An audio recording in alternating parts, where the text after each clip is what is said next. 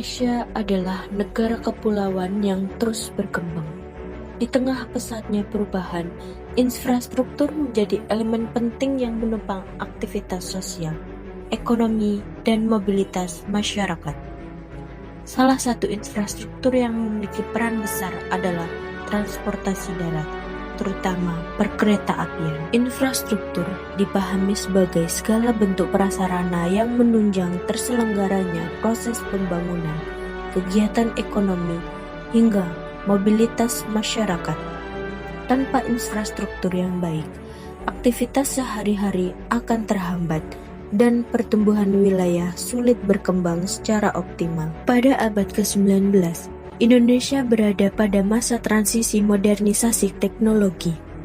Transportasi darat mulai berkembang, menjadi simbol kemajuan dan keterhubungan antar wilayah. Jalan raya, jembatan, dan pelabuhan darat mulai dibangun untuk mempercepat distribusi sumber daya. Namun, perkembangan terpenting adalah dikenalnya modal transportasi kereta api.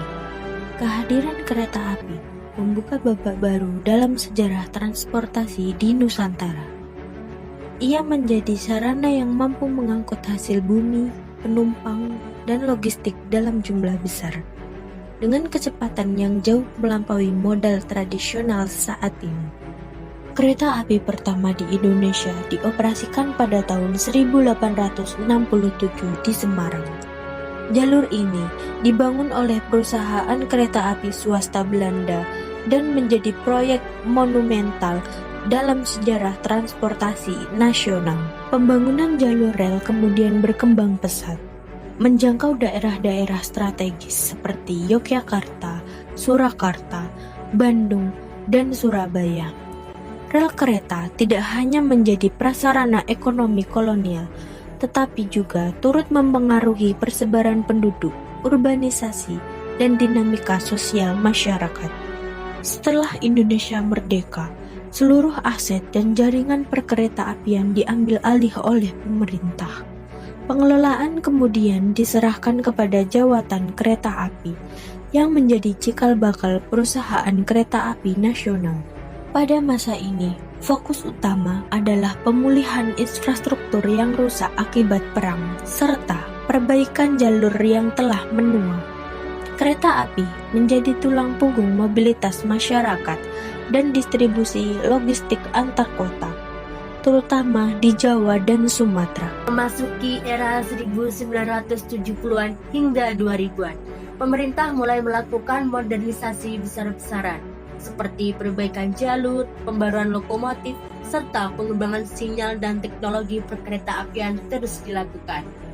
Kehadiran kereta listrik di Jabodetabek menjadi tonggak penting, karena sistem transportasi massal berbasis rel ini mampu mengangkut jutaan penumpang setiap hari, sehingga menjadi solusi kemacetan di kota-kota besar.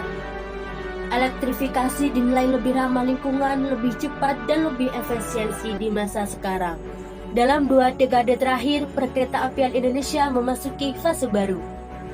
Mulai dari pembangunan jalur kereta cepat, integrasi antar moda, dan revitalisasi stasiun menjadi fokus utama. Tentunya, kereta cepat membuka harapan baru terhadap efisiensi perjalanan jarak jauh.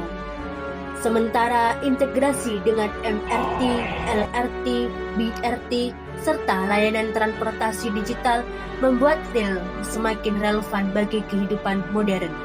Seperti yang kita ketahui bahwasannya pengembangan infrastruktur perkereta-apian masih terus berkembang sampai saat ini.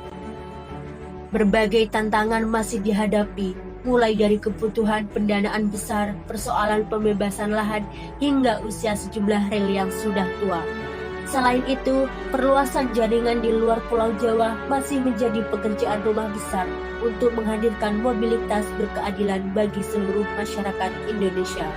Seperti yang kita ketahui bahwasannya perkereta-apian Indonesia telah mengalami perjalanan panjang dari masa kolonial hingga era modern. Infrastruktur ini terus bertransformasi mengikuti kebutuhan zaman yang telah kita lalui, menjadi poros penting dalam konektivitas nasional. Dengan adanya pembangunan yang berkelanjutan, Kereta api bukan hanya alat transportasi, tetapi juga cermin kemajuan bangsa. Masa depan perkereta-apian Indonesia terletak pada inovasi, integrasi, dan keberanian untuk terus bergerak maju.